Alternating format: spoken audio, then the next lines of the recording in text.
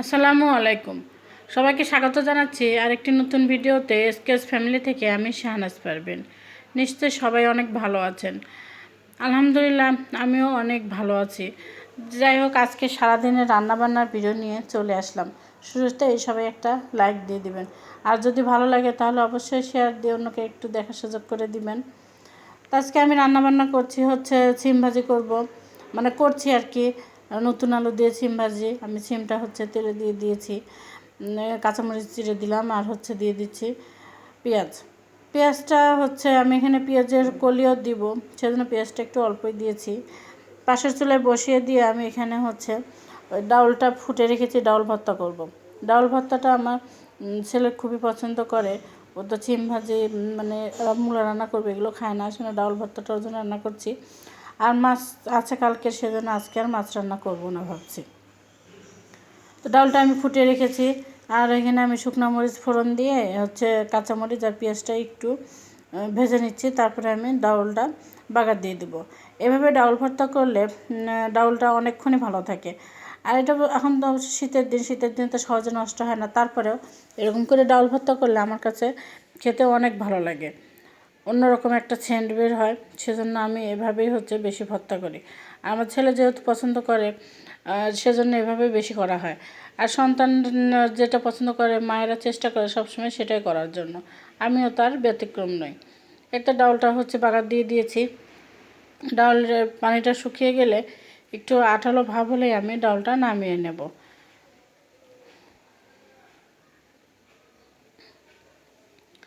ডাউলের পানিটা কিন্তু শুকিয়ে গেছে, এখন আঠালো ভাব চলে এসেছে।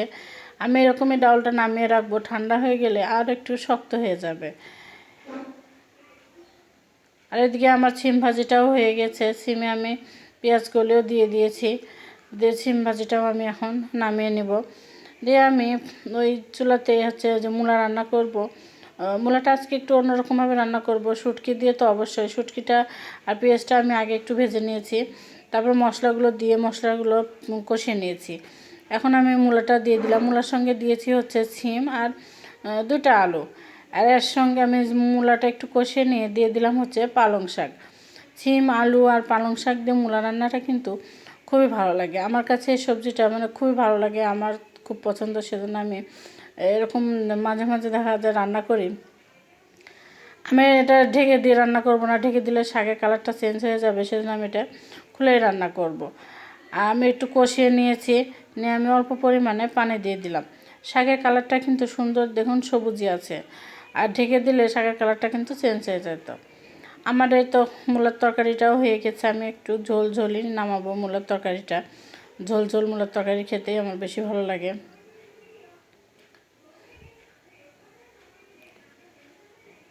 এই তো ঠিকঠাক আছে। যাই হোক, এখন আমি তরকারিটা নামিয়ে নেব। নিয়ে আজকে বিকালে একটু পিঠা বানাবো। সেটা ভাবছি যে দুপুরে খাওয়া দাওয়ার পরে পিঠাটা বানিয়ে নেব, সন্ধ্যার দিকে ভেজে নেব। তা আমি এখানে হচ্ছে মুরগির বুকের মাংসটা সিদ্ধ করে নিচ্ছি। এখানে আমি প্রথমে একটু পানি দিয়ে দিয়েছিলাম, তারপর একটু অল্প লবণ আর হলুদ দিয়ে মুরগির মাংসটা আমি সিদ্ধ করে নিয়েছি। দিয়ে তো মুরগির মাংসটা আমি হাতে একদম চিড়ে নিয়েছি। তারপরে আমি কাঁচামরিচ আর পেঁয়াজটা তেল অল্প একটু ভেজে নিয়ে মাংসটা দিয়ে দিলাম। আর মাংসটা সিদ্ধ করার সময় যেহেতু আমি লবণ দিয়েছি, সেজন্য লবণটা এখানে অল্প দিব, একটু বুঝে শুনে দিব।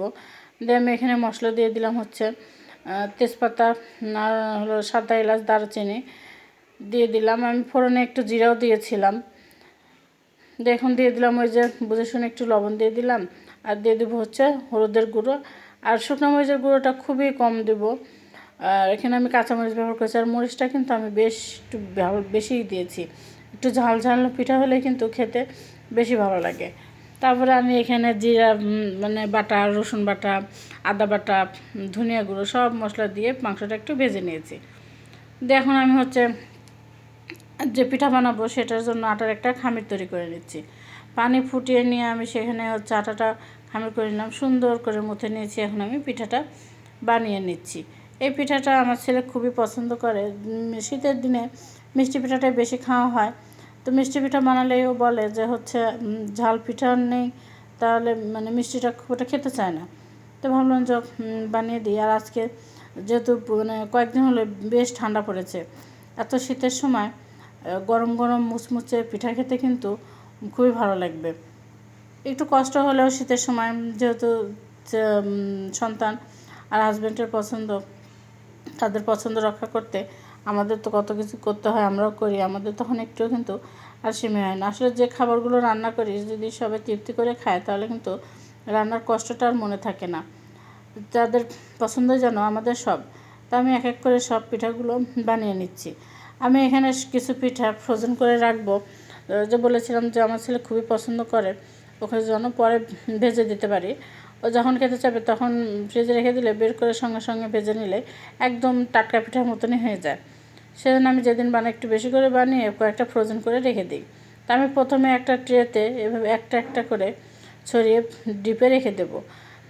আজকে রাখবো, এখন তো হচ্ছে বিকাল হয়ে গেছে, আর সারাটা রাত থাকবে। সারাটা রাত থাকে, কালকে আমি উঠিয়ে সেটা একটা বক্সে হোক বা পলিব্যাগে হোক রেখে দিলে আর লাগবে না।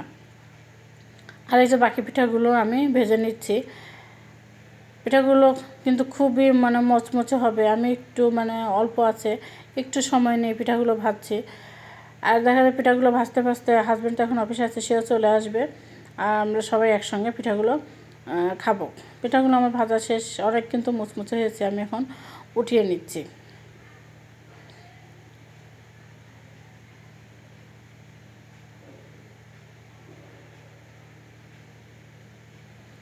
এই তো আমার সবগুলো পিঠা কিন্তু ভাজা শেষ।